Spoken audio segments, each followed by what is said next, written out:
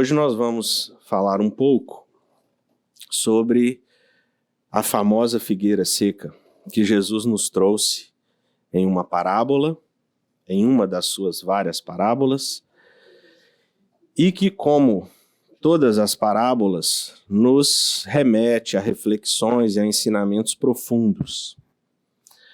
Ensinamentos que há 2000 anos, nós viemos tentando entender e colocar em prática, e que neste momento, nessa atual existência, estando na melhor forma, na melhor versão de nós mesmos, temos condição de extrair mais informações do que tínhamos naquela época.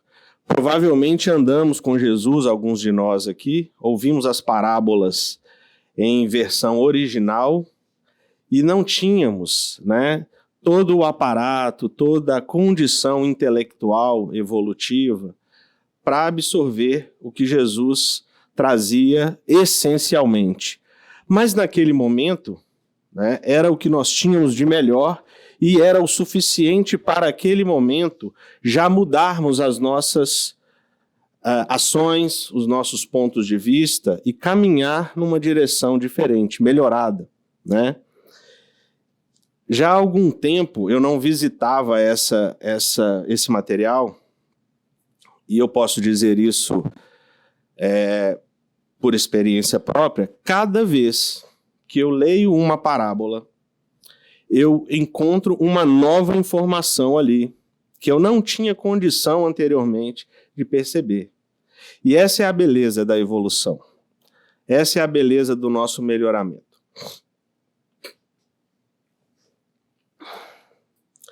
Então, a figueira seca, é trazida por Jesus no Evangelho de Marcos, capítulo 11. E a história da figueira, ela abrange um trecho longo daquele capítulo do Evangelho de Marcos, porque num momento Jesus passa pela figueira, vai a Jerusalém, e quando volta, então nós temos a figueira essencialmente no estado seco que dá o nome à parábola.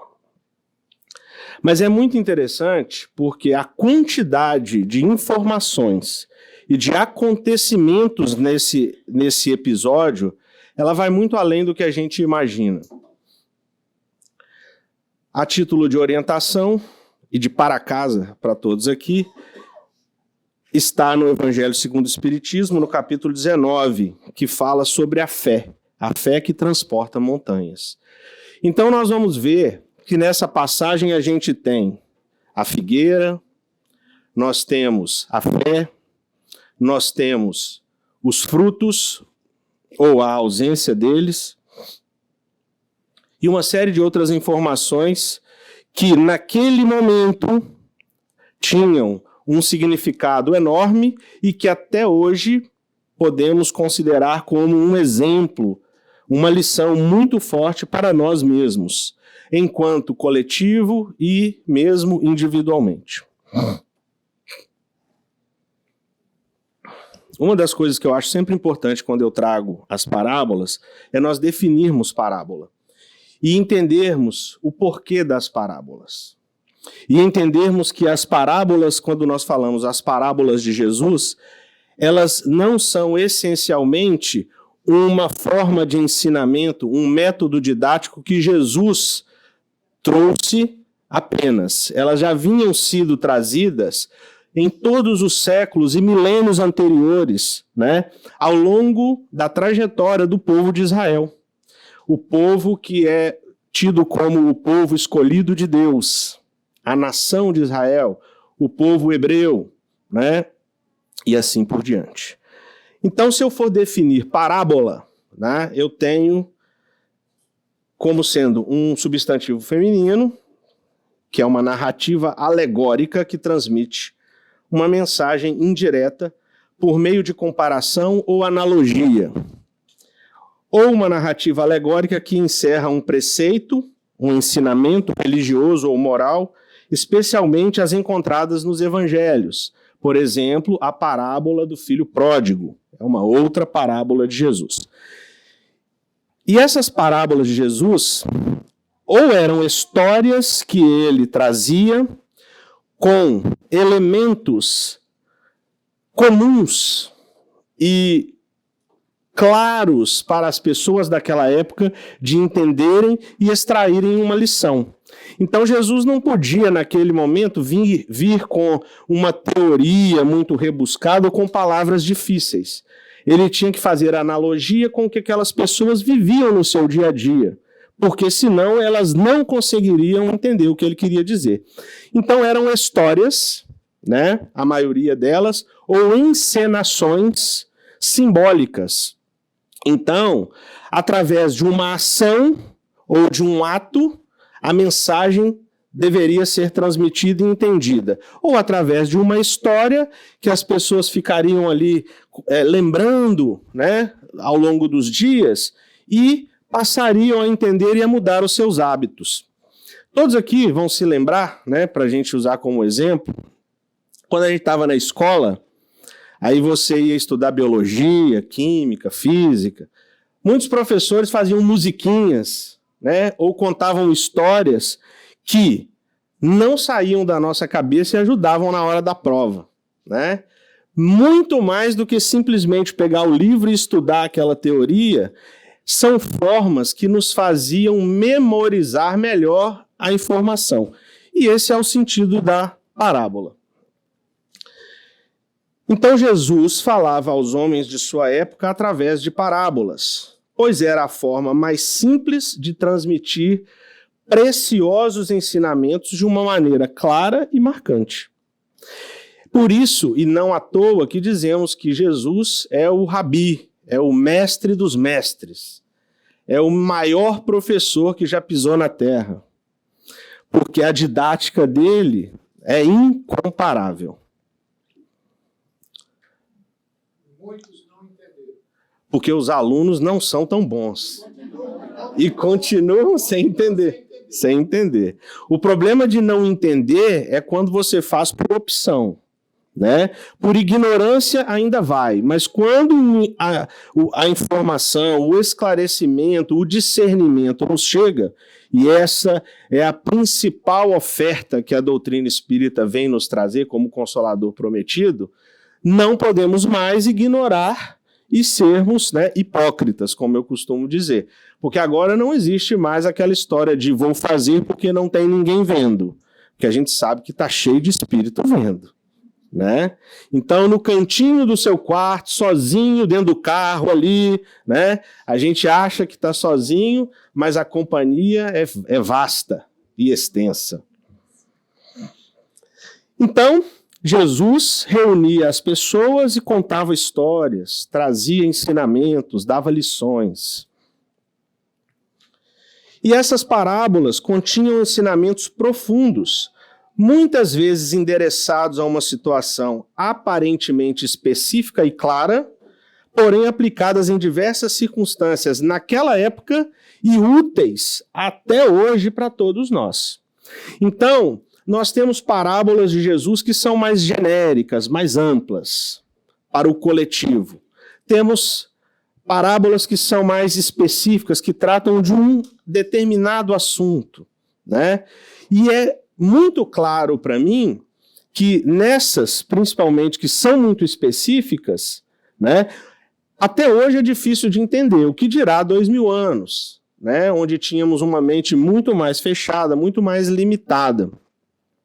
Mas hoje eu espero, né, ampliar um pouquinho mais essa percepção sobre a parábola da figueira, e eu tenho certeza que daqui a algum tempo, quando eu falar de novo dessa parábola aqui, eu vou trazer já uma nova apresentação, com mais slides, com mais informações que eu consegui extrair.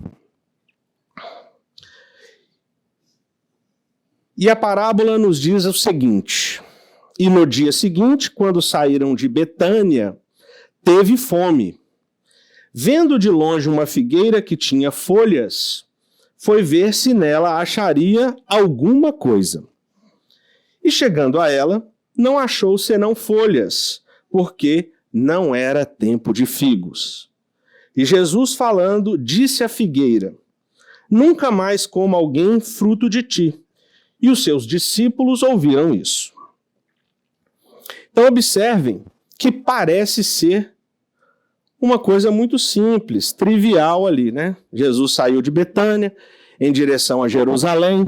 Naquela semana da chegada triunfal dele no templo, vamos lembrar aqui,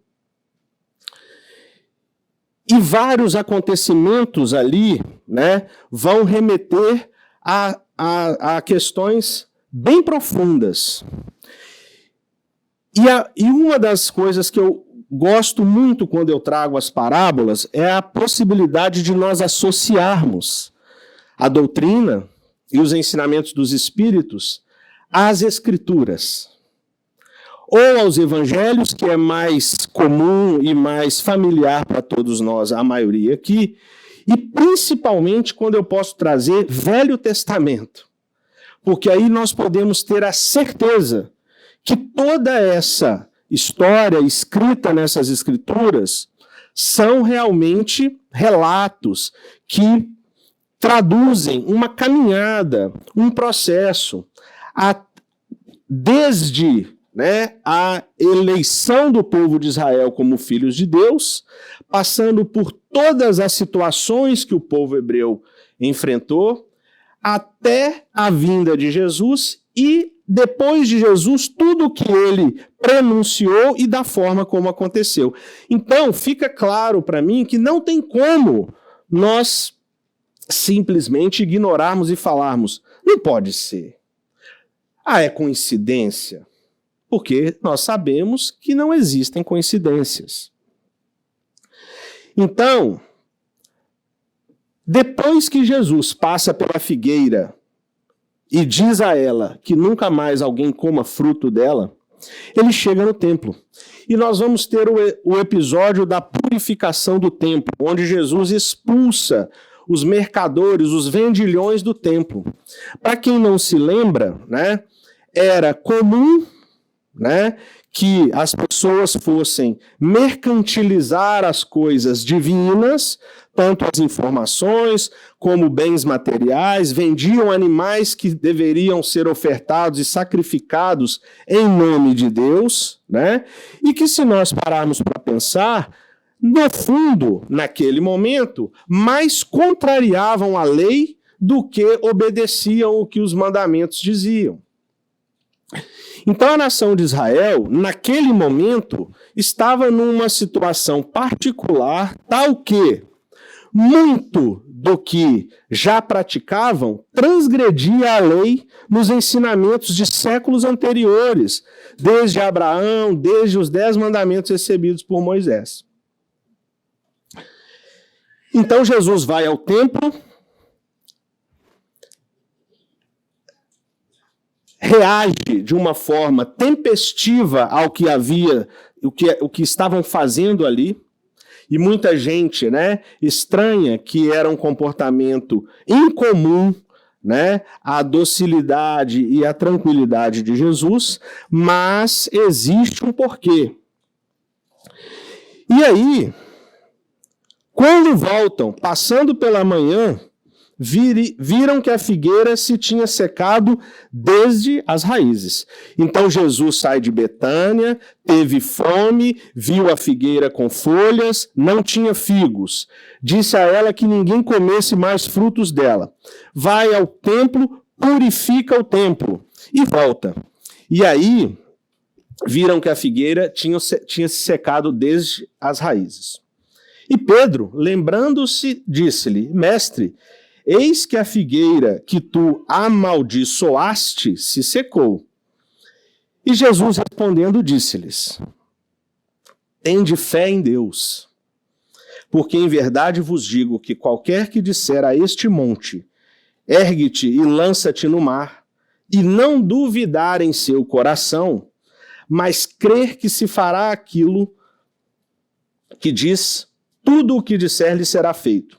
Por isso vos digo que todas as coisas que pedirdes, orando, crede receber e tê-las eis.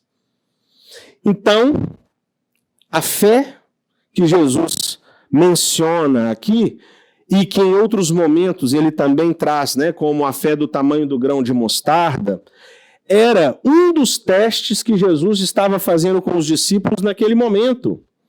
Porque, ao final daquela semana, ele já sabia tudo o que iria acontecer a ele. E tem uma coisa muito interessante, tá? A figueira secou-se, na vinda, saindo de Betânia, Jesus teve fome.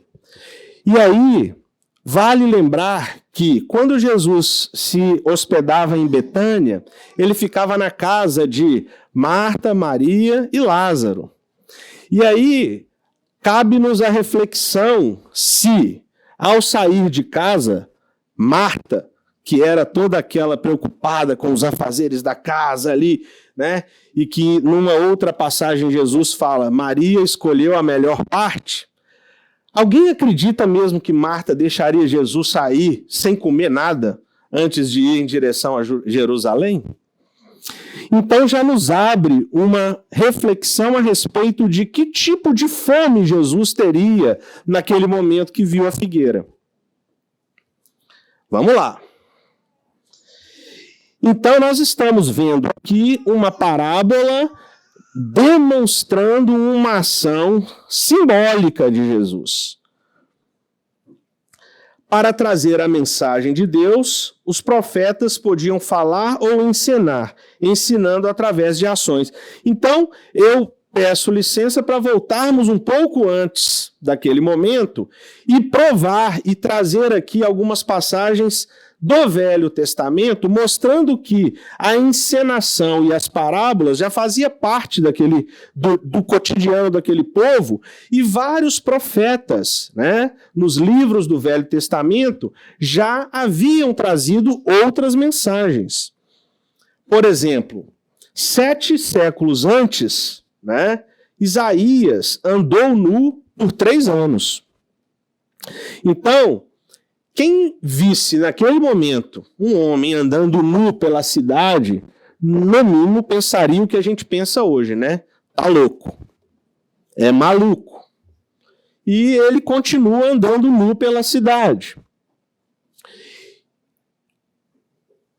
Até que, ao ser interpelado e ao ser interrogado do porquê daquilo, as pessoas já achavam, tem alguma coisa, ele quer dizer alguma coisa, né? Então, descobriu-se que era a humilhação que o povo de Israel passaria se insistisse em algumas ações, em alguns conflitos que provavelmente se criariam com algumas nações. Eles seriam derrotados, subjugados e humilhados, e fariam os guerreiros andar nu, para provar que haviam sido submetidos à derrota. 6 séculos antes, Jeremias prenunciou a ruína de Jerusalém, né? Ele recebeu intuições para comprar um vaso de cerâmica, ir para o meio da praça e quebrar esse vaso, pisotear em cacos muito pequenos, prenunciando a ruína também do povo. E também Ezequiel, no capítulo 4, versículos de 1 a 4, faz a predição de um cerco que Jerusalém sofreria se persistisse naquelas ações e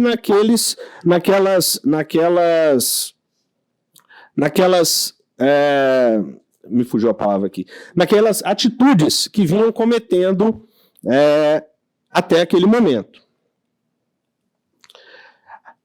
Ainda Oséias, no capítulo 9, versículo 10, Oséias, que significa salvação do Senhor, né?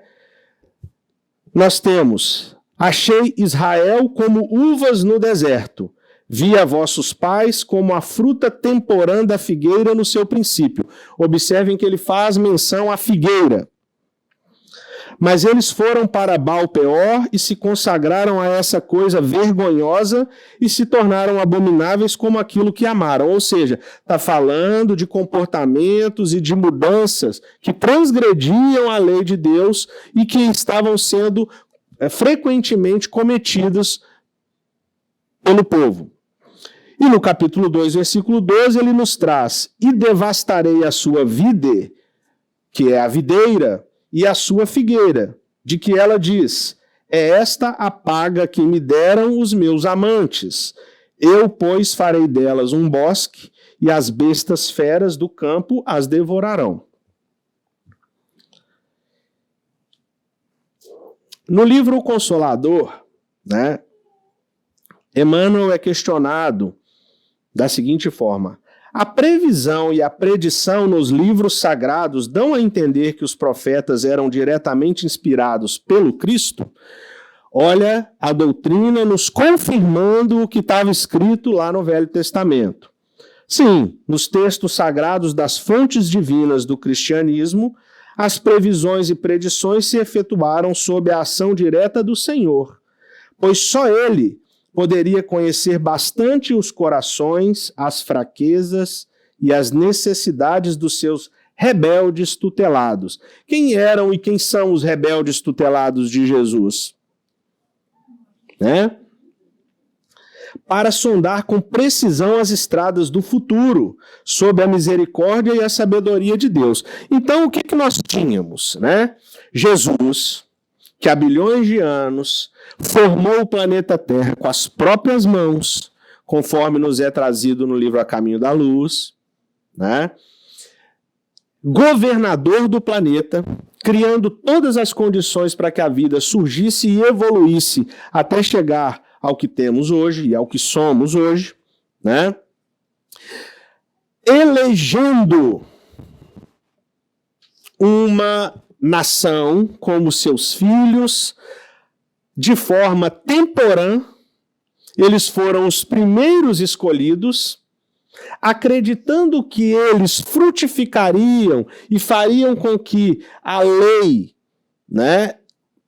prosperasse e ramificasse na direção dos outros povos menos cultos, menos desenvolvidos, E, ao longo de vários momentos, trazendo inspirações diretamente a esses profetas, nos momentos em que era crucial que a nação de Israel mudasse os seus comportamentos.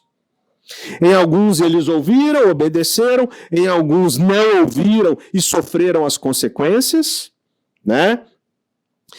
Inclusive, os profetas prenunciando a vinda do próprio Cristo.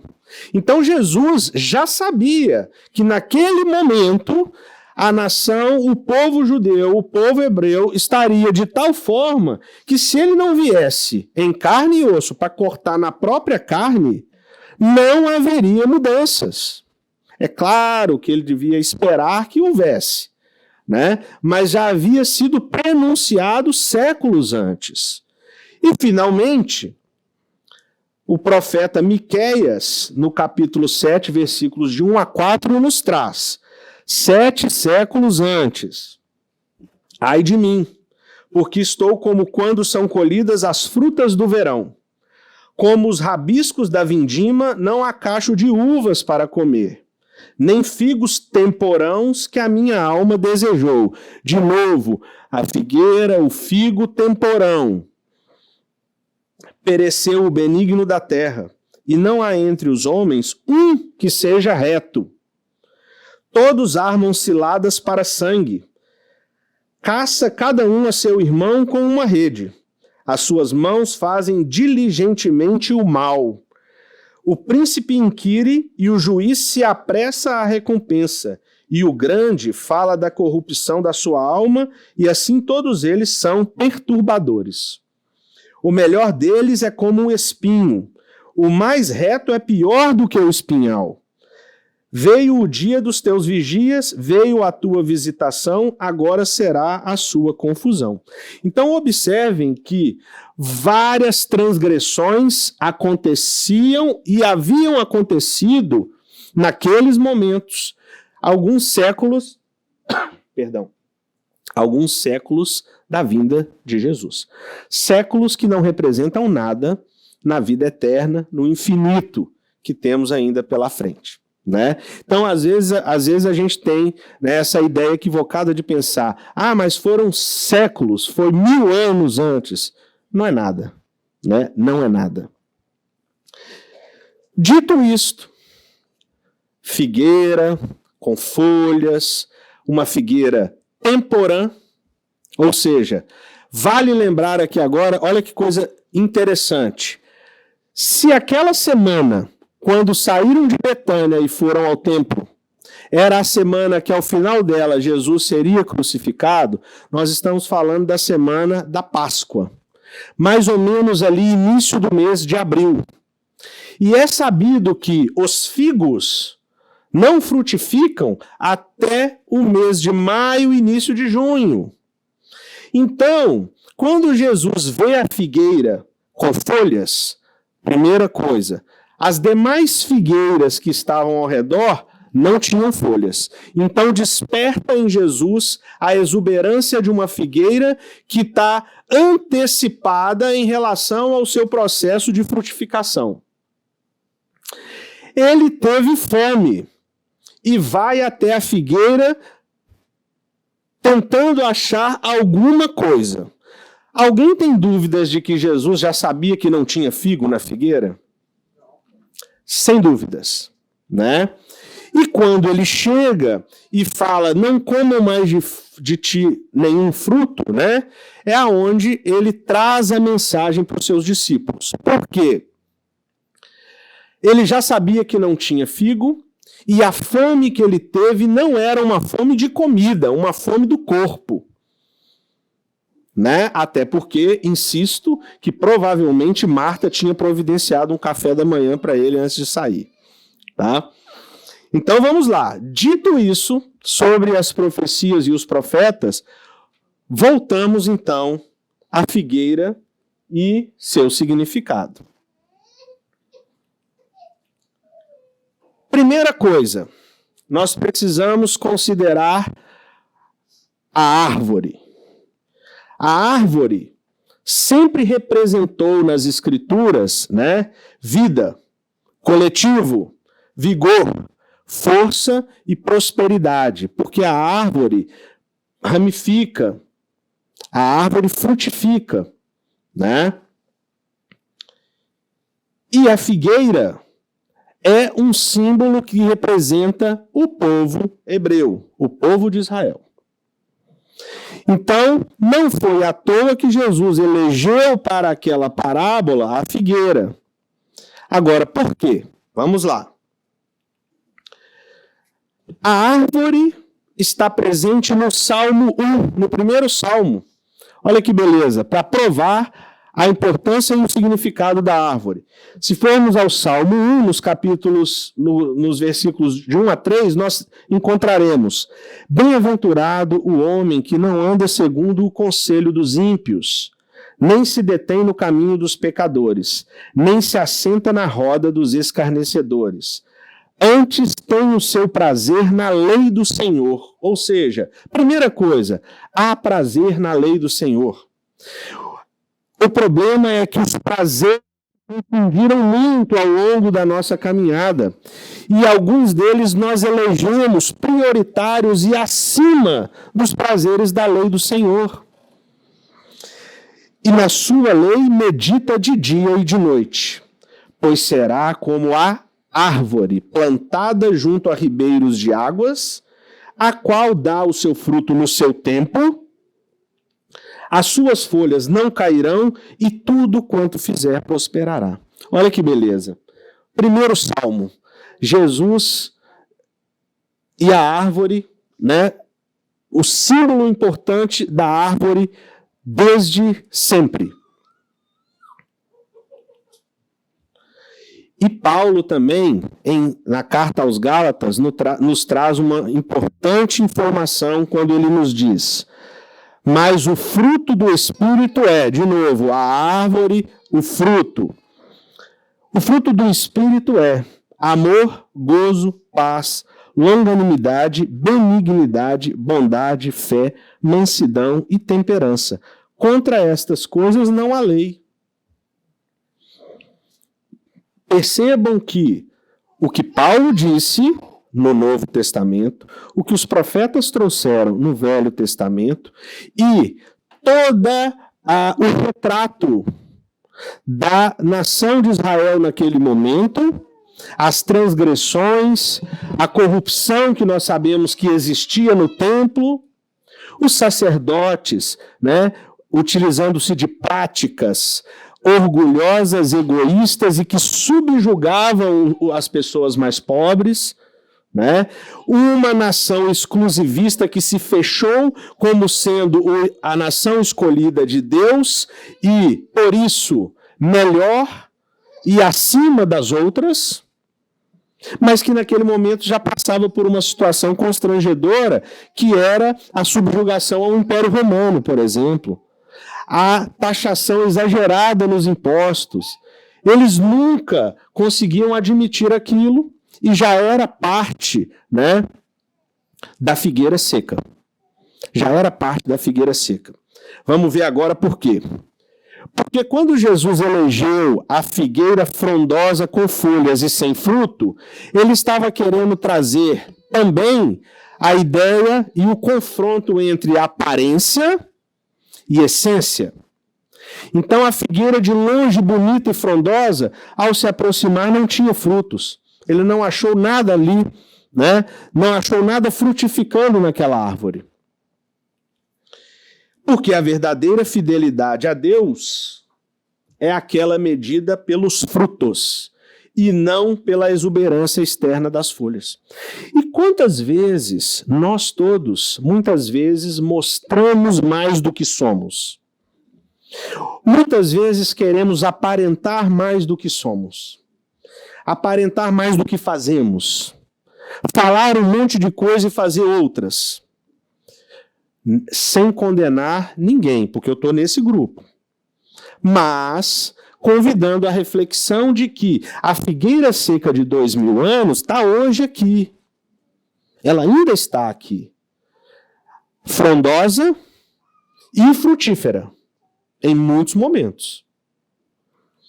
Então, o ensinamento de fé que Jesus queria trazer para os seus discípulos naquele momento, né, era fundamental para se certificar que, ao final da semana, depois de tudo o que aconteceria, ele estaria entregando o cristianismo, a fé cristã, a boa nova na mão de discípulos que levariam adiante o projeto dele. Por isso que ele fala, se tivesses fé, diriam a esse monte, ergue-te e lança-te ao mar. Por isso que ele fala quando os discípulos não expulsam, né, os espíritos, o espírito ignorante daquele jovem que se jogava no fogo, na água e rolava no chão, né, ele fala, incrédulos, não têm a fé que precisam para curar. Né? Mas por quê? Por quê? Porque aqueles eram os últimos momentos de Jesus junto deles, antes da sua crucificação. Então observem a profundidade do ensinamento na parábola da figueira. Ele precisava se certificar dessa fé inabalável dos seus seguidores. Né? E ele também queria demonstrar que sobre a figueira que representava a nação de Israel, já havia sido promovida uma sentença por causa de toda a preparação que havia sido feita, de forma temporã, escolhendo aquele povo como os primeiros, os eleitos de Deus, e que não souberam caminhar de acordo com a lei. E que, fatalmente, como vários outros povos e várias outras nações, ao transgredir a lei, caem em ruína. Porque nós já sabemos aqui, né? Já falamos nas aulas sobre as leis naturais ou as leis divinas. A transgressão da lei vai gerar consequências, mais cedo ou mais tarde. E não há como escaparmos disso. E eu estou falando disso aqui, né, não é especificamente da nação de Israel, porque nós fazemos parte daquela nação, nós estivemos lá, e se não foi naquela nação, estivemos em outras que fizeram pior. Mas transgredimos, e a transgressão tem consequências. Porém, hoje, temos a oportunidade de conscientemente fazermos escolhas melhores. Jesus preparou o povo hebreu por séculos e sua chegada foi anunciada por inúmeros profetas. As práticas já não eram mais aquelas ensinadas e ratificadas pela lei enviada por Deus. Ah, mas não era tão mal assim. Mas 1% de mal precisa ser corrigido. Ah, mas era só uma cobrançazinha que a gente fazia ali, vendia uns animaizinhos para sacrificar em nome de Deus ali, né? Para salvação. É isso que Deus esperava de nós? É isso que Jesus espera de nós? Né? Então essa sentença representada no secamento da figueira, né? Vocês podem observar que nem Pedro entendeu naquele momento. Porque quando ele volta, ele fala, olha lá, mestre, a figueira que o senhor amaldiçoou secou. A figueira que o senhor amaldiçoou secou.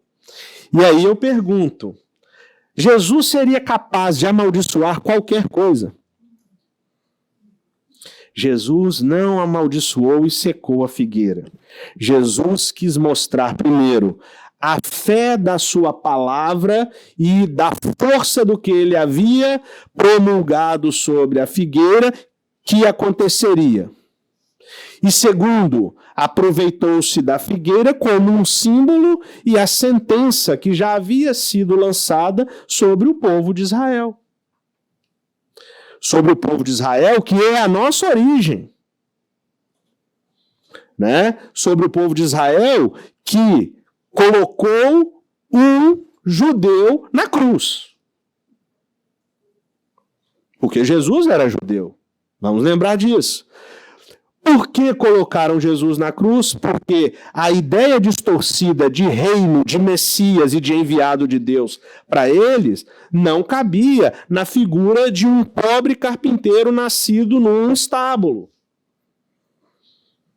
na palha. Observem o orgulho, observem a vaidade, observem a ganância, observem toda a transgressão em pequenos atos,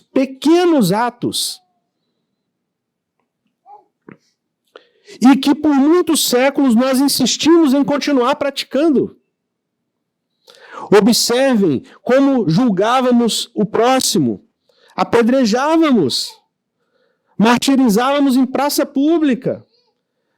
Alguns anos mais tarde, traríamos e colocaríamos fogo, enforcaríamos, decapitaríamos. Concordam que hoje estamos na nossa melhor versão? Tem muita coisa ruim, mas já melhoramos muito. Então, Jesus amaldiçoa a figueira, não amaldiçoa. Jesus tinha fome, mas não era época de figos. Ele sabia disso. Aquela figueira era temporã e só tinha folhas, e ele sabia disso.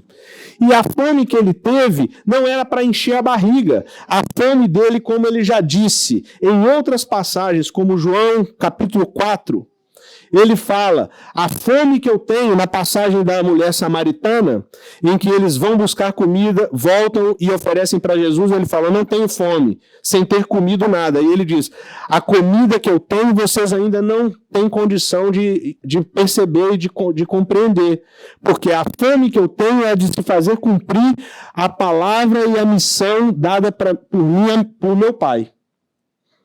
Então a fome de Jesus era fazer cumprir-se a palavra de Deus, que não estava sendo cumprida naquele momento. Jesus buscava a resposta do povo hebreu depois de tantos ensinamentos e preparação para colocar em prática o amor e a caridade divina. Essa era a verdadeira fome do Messias. Caminhando para os nossos minutos finais aqui agora. Qual o sentido e a importância dessa lição para as nossas vidas hoje? Porque nós somos todos árvores. Nós somos figueiras. Nós podemos escolher só as folhas exuberantes ou podemos escolher frutificar. Né? Quais são os nossos frutos? O que a gente tem oferecido? Em conformidade, né, com a lei, sem transgredir a lei. Ah, mas eu não consigo fazer muito. Não importa. Fazer um fruto é melhor do que não fazer nenhum e ficar só posando de árvore frondosa. Repetir as palavras de Jesus onde você puder. Onde puder, exatamente. Qual é a lição para nós espíritas, afinal? O Consolador prometido, né, foi anunciado há 2000 anos, num momento em que ainda éramos limitados de intelectualidade, muito ignorantes, uma mente muito estreita, e Jesus anunciou. O que eu estou dizendo hoje aqui, para quem não está entendendo, eu vou enviar o Consolador mais para frente para esclarecer. E observem a beleza, né? Detenham-se nessa reflexão quando você abre ali o Evangelho segundo o Espiritismo, que é maravilhoso, né? Quando você vai fazer seu culto no lar, e aí você pega uma passagem da Escritura que nós, por muito tempo, ou não entendemos, ou só conseguíamos entender literalmente, ao pé da letra. E por essa razão matávamos em nome de Deus, né? Mas que hoje vem um espírito, né? Vários espíritos de mentes brilhantes, Paulo, né? Lamennais, Santo Agostinho, e aí do lado de lá vêm e explicam tintim por tintim o que significava aquela palavra, aquelas frases quando Jesus disse naquele momento. Então fica muito mais tranquilo e nos afasta da ignorância, né? Então, para nós, o que nos cabe é fé e determinação. É fé em Deus e certeza de que estamos na nossa melhor versão e que tudo só vai melhorar. Muitas vezes a gente se esquece, né? Eu tenho refletido muito nos últimos meses, por algumas convicções particulares, né? A gente se esquece quando alguma coisa desagrada, ou aqui ou no Brasil. A gente esquece. O Brasil já foi eleito a pátria do Evangelho. É o coração do mundo, né? Então, por mais que alguma coisa te contrarie ou te chateie, né, pode ter certeza que o final é a vitória. O final é a tranquilidade e a harmonia. Porque somos irmãos, todos irmãos. Temos irmãos ainda um pouco mais rebeldes, né? Temos outros mais pacíficos, outros mais passivos, mas todos no final vamos caminhar ali em algum momento de mãos dadas. E principalmente para nós espíritas, sabemos que estamos nos anos finais da fase de transição de provas e expiações para regeneração. E eu arrisco a dizer que o ticket de viagem mais importante que nós já compramos é esse atual.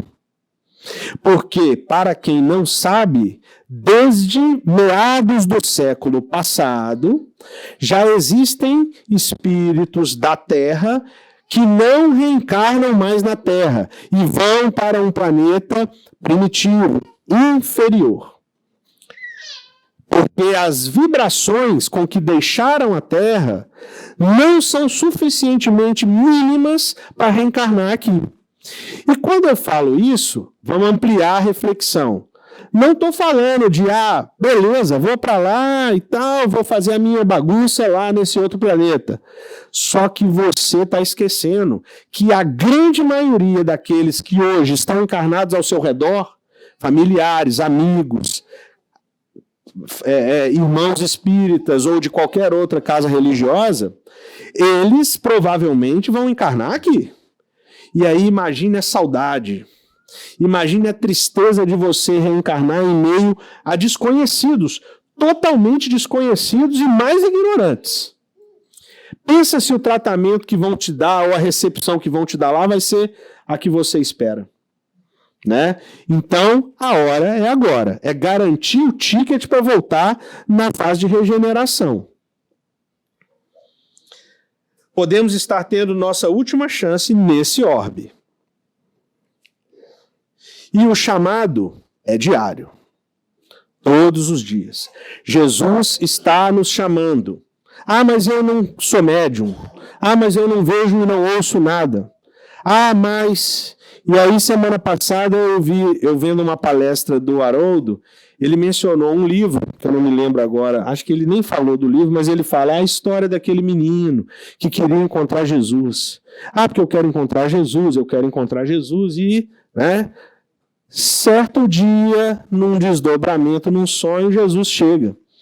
E ele fala, finalmente, onde você esteve? Há tanto tempo eu queria te encontrar.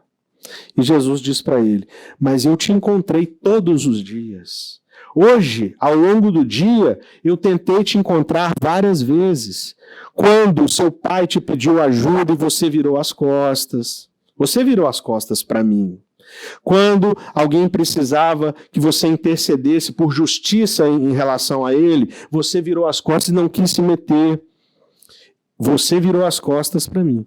Então Jesus está nos mínimos detalhes o tempo inteiro tentando nos encontrar. Nós insistimos em não ouvir ou virar as costas. Por fim, o Consolador prometido, né, nos mostra que os discípulos de Jesus hoje somos nós. Nós precisamos ouvir, entender e divulgar e ramificar. Espalhar a palavra do irmão, né?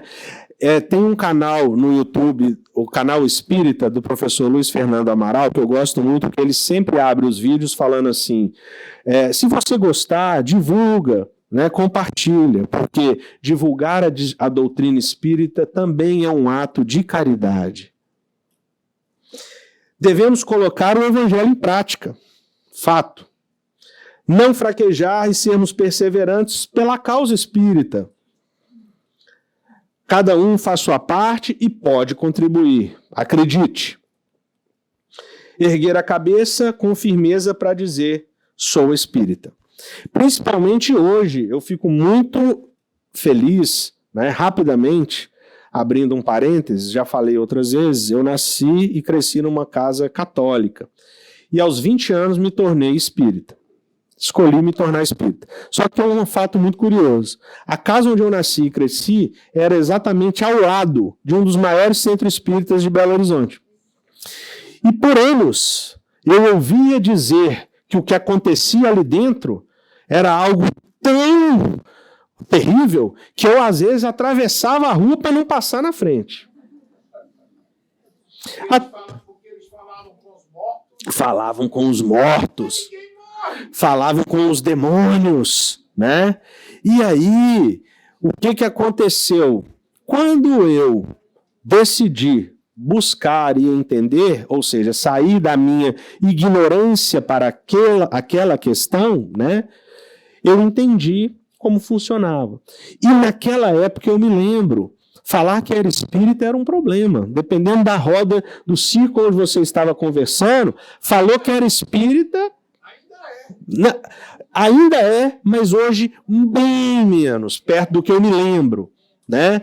Então era um problema você discutir e se afirmar espírita. Né? Hoje eu tenho aqui a Carol, estudamos juntos no Bible College, uma faculdade que é protestante, né? E eu podia, naqueles momentos que eu estava lá debatendo com professores, mentes brilhantes, pastores inteligentíssimos falando do evangelho, eu já cheguei a trazer Kardec. Não falando Allan Kardec, mas falando o que ele falava, né? E de uma forma tolerante, né? De uma forma aceitável, mas colocando a minha convicção, não mais interpretando a escritura ao pé da letra, né? Não mais entendendo a parábola de forma literal. Ah, não, Jesus amaldiçoou a figueira, que aquela figueira não tinha figo. Não dá para imaginar uma coisa dessa, puramente dessa forma, de Jesus Cristo. Né? Dessa forma, então, eu encerro, agradeço, desejo que tenham uma boa semana.